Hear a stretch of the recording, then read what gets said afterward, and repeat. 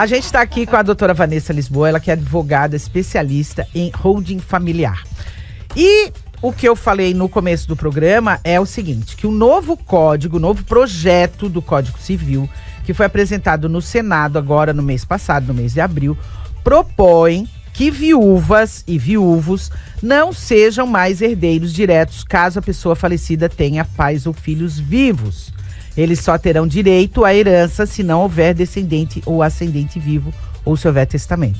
Aí fica todo mundo pensando assim, meu Deus, meu marido vai morrer, não vou ter mais receber mais nada. Ai, minha mulher vai morrer. Então a doutora Vanessa Lisboa está aqui para explicar pra gente, porque aí eu vi que a gente já estava pensando o que não era para pensar, e ela vai explicar pra gente. Doutora Vanessa, obrigada por estar aqui no estúdio, né?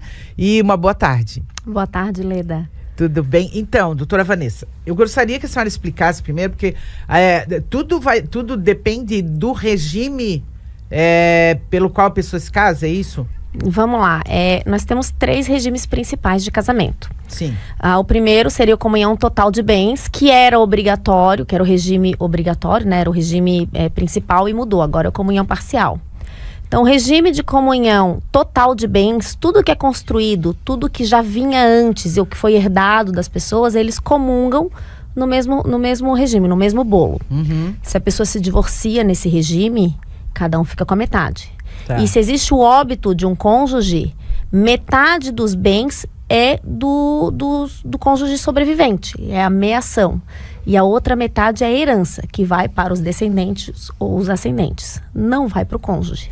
Esse é o regime de comunhão total de bens. Tá. O de comunhão parcial de bens comunga naquele regime o que é construído na constância do casamento. O que cada um trouxe da sua família como herança ou adquiriu antes do casamento não comunga. Então, quando há um divórcio, a parte que foi construída na constância do casamento, ela é dividida em 2. Mas quando existe o óbito de um dos cônjuges na constância desse casamento, a parte que é construída é meação, é dividida em 2. Aquela parte que o cônjuge trouxe de herança, que trouxe da sua família, aquilo é herança. E o cônjuge, hoje, é concorrente dos herdeiros, dos filhos, né, dos descendentes e dos ascendentes. Então, se tu tens 2 dos filhos, aí seriam os filhos, os ascendentes seriam pais, o pai e mãe. na ausência dos filhos. Tá. Um casal novo e faleceu alguém que ainda não tem filhos, os pais são os herdeiros. Uhum. Então, como é que fica na comunhão parcial de bens, que é o nosso regime hoje oficial, né? A gente casa em comunhão parcial de bens.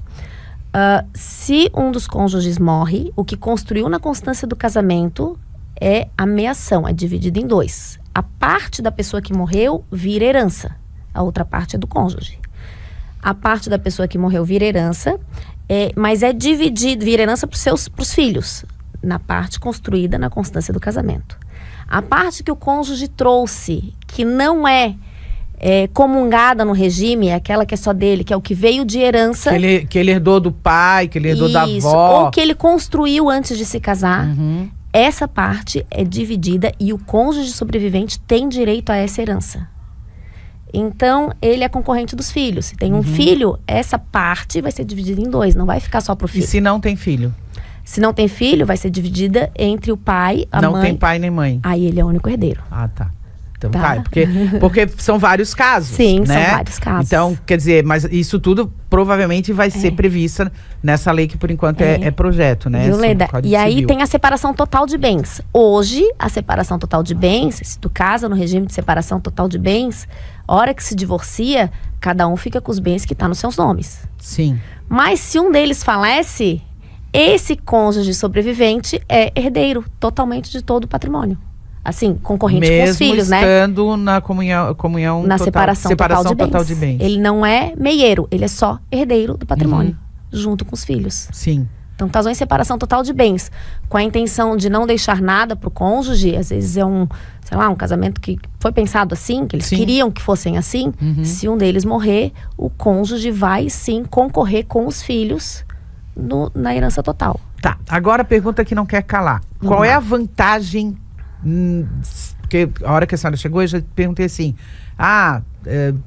vai passar? A senhora disse, vai passar, mas é uma coisa positiva, né? Qual é o benefício para isso? Para essas novas coisinhas Mudanças, que vêm né? para o código, essas mudancinhas aí que de repente bota muita minhoca na cabeça de muita gente. O que acontece? Essa mudança não vem para tirar a viúva, tirar o viúvo da herança. Vem para tirar da herança obrigatória, daquilo que a pessoa não pode escolher. Então, o que está acontecendo? Eu trabalho com planejamento sucessório. E a maioria dos planejamentos que a gente faz é através de holding, é através de pejotização do patrimônio. O que seria um planejamento sucessório? É tu planejar em vida o que vai acontecer com os teus bens. Tá. Então, se tu vais fazer doação, se tu vais fazer testamento, se tu vais fazer doação em vida, se tu vais construir uma holding e pejotizar todo o teu patrimônio, e aí tu não vais mais ter um herdeiro, tu vais ter um sucessor, porque o teu patrimônio vai ser perdurar, jurídico. Né? Isso, tá? Então, isso é um planejamento sucessório. Hoje, no planejamento sucessório, nós estamos engessados no que a regra diz, que 50% que é da legítima tem que ser dividido entre os herdeiros. Quando se tira, se flexibiliza isso, se tira o cônjuge, tanto a mulher quanto o homem, desses 50%, nós temos mais flexibilidade no planejamento sucessório. Eu posso incluir, não está dizendo que eu estou excluindo a pessoa da herança. Está dizendo que agora eu posso planejar como é que eu quero fazer. Entendi. E aí, passando isso tudo, vira lei, né? Não sei se eu posso chamar de lei. O Código Civil é modificado e isso fica valendo já a partir da aprovação, né? Da aprovação. Tem que ver quando é que eles vão aprovar. Não vai essas mudanças todas do novo Código Civil não vai valer para os regimes de casamento atuais, os que já se casaram no Código anterior. Aí fica valendo o que está no Código Civil hoje. Vai valer. Quem casou no regime que está hoje vai continuar nesse regime. Tá. Inclusive em questão de óbito. Tanto na questão de divórcio quanto na questão do óbito do cônjuge. Vai continuar sendo herdeiro, tudo tranquilinho, não precisa se preocupar. Quem tem que entender essas novas regras são as pessoas que ainda não adquiriram casamento e que vão se casar depois na vigência da nova regra. Entendi. Casei em comunhão parcial de bens, que é o que a gente faz hoje, né? Mas eu quero fazer para, de repente, assegurar mais direitos ao cônjuge, né? Já que tem filhos na jogada, ou tem pais vivos, enfim. Eu posso fazer, paralelo a isso, um testamento? Pode fazer paralelo a isso um testamento. E quanto isso vai valer se eu tenho no Código Civil isso aí que não é bem assim? Aí nós temos o que é a parte disponível da herança e o que é a parte legítima. 50% de todo o patrimônio que tu construiu é legítima. Esses 50% são dos herdeiros. Então, já casasse na nova regra. Então, a esposa não é mais herdeira necessária. É herdeira necessária. Ela não é mais herdeira necessária. Mas ela não precisa ser excluída da herança. A parte legítima é para os herdeiros necessários. Os outros 50% é a parte disponível, que a pessoa pode deixar em vida um testamento explicando como é que quer que divida esses outros 50%. Pode ser beneficiando só um filho, pode ser beneficiando um terceiro que não tenha nada a ver com a relação de parentesco e pode sim deixar para a esposa. Doutora Vanessa, vamos supor que essa família ela tem só uma casa. 50% dessa casa é dos filhos, os outros 50% é da esposa. A esposa vai precisar sair dessa casa para vender e aí fica 50% para cada um? Uma excelente pergunta. A princípio, na nova regra, a esposa não tem direito à herança da casa. Nós temos hoje, na nossa legislação atual, o direito de habitação da esposa sobrevivente. Então, existe hoje esse direito, inclusive no regime de separação total de bens. Mas ela é herdeira também. Sim. Tá? Como é que vai ficar isso? Eu ainda não sei. Eu não tenho essa resposta. Quando a gente fala de atualização de legislação, tem coisas que a gente precisa esperar que ela venha pra gente entender como é que vai ficar. Essa resposta não tem pra gente. Mas hoje, como é que funciona? Hoje existe o direito real de habitação do cônjuge sobrevivente. Ou seja, não precisa sair, não tira da casa. Tira. E se tem vários imóveis, a casa que ela habita não tira. Sim. Agora, o que pode acontecer depois eu acredito que não vai tirar também. Porque você imagina assim, uma mulher de, sei lá, Não vai 70, tirar. 80 anos. O direito real de habitação, eu acredito que continua. Mas eu acredito, não é uma resposta sim. baseada na alteração e em que da pé lei. tá essa situação desse novo Já código? foi para o Congresso agora para avaliar, já foi aprovado o texto pela comissão. Sim. E agora vai para votação em Congresso. Mais alguma coisa que a gente esqueceu de colocar nessa pauta, doutora? Ledo, o que é interessante, tá? Que as pessoas às vezes confundem. O testamento, ele não evita um inventário. O testamento, ele é uma fase antes do inventário. Quando a gente abre o inventário, tem um site que ele mostra as pessoas que têm testamento. E a gente é obrigada a levar nesse inventário a certidão de que tu não tens testamento, ou sim, que tu tens um testamento. Então ele não evita o inventário. Às vezes as pessoas pensam que não, eu vou deixar em testamento. Fez o testamento, não precisa entrar com inventário. Não vai ter inventário. Não é tem assim. que ter inventário. Tá? O que a gente consegue evitar o inventário, e eu digo que evitar é errado, porque nossa lei brasileira não dá para evitar. Dá para fazer um inventário sem bens a inventariar. Isso é possível. Quando eu tiro todos os bens da minha pessoa física, eu não tenho bens a inventariar. Então o inventário é aquele de cartório, super simples, não tem discussão. E aí tem a parte do planejamento sucessório, que penso eu, com essa alteração da legislação, é o que as pessoas devem pensar mais, principalmente os casais. Planejem-se para ver como é que vai ficar essa distribuição, quem vai ficar com os bens, quem vai administrar os bens da família, mesmo que seja só uma casa. Sim. Como é que vai ficar através de um planejamento sucessório, seja por doação em vida, com cláusulas de garantia, né? Ou através do sistema de holding, que hoje no nosso país é um sistema muito utilizado, muito fácil de fazer e viável. Sim. Agora me veio uma coisa na cabeça, que foi inclusive quando meu pai faleceu, isso veio à tona, né, junto com o advogado. A questão do usufruto, isso está em discussão também? Vai continuar o usufruto. Sim. Vai a mesma regra como é hoje. O usufruto pode ser vitalício ou pode ser condicionado. É o direito da pessoa de usar e usufruir daquele bem. Permanecer e usufruir. Enfim. Uma questão, quando a gente faz um planejamento sucessório e faz a doação, tem algumas cláusulas que a gente tem que colocar nessa doação.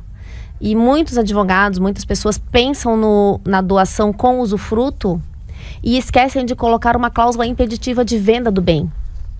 Então a propriedade do bem passa a ser do filho, mas o uso, a fruição é do genitor, é da esposa, por exemplo, dos pais. Sim.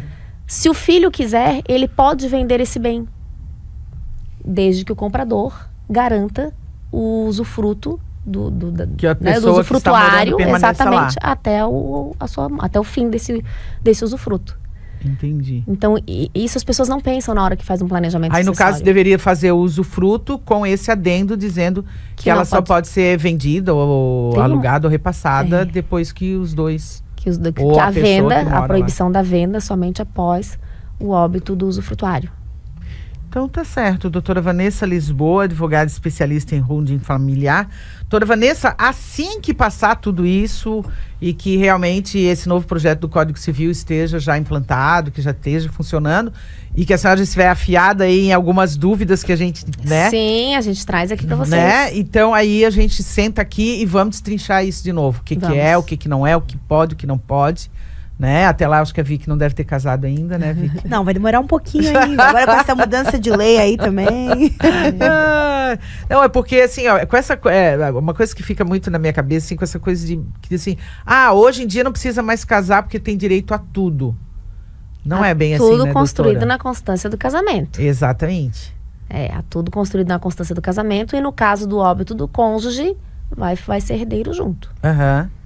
Mas o ideal é sempre que isso fique caneteado, como diz o outro. O que a gente fala é a expressão da vontade. Qual é a vontade daquele casal quando eles se casaram? É que seja herdeiro? Não é que seja herdeiro, é que a separação total de bens. A vontade é que não comungue esses bens na constância do casamento, inclusive no óbito.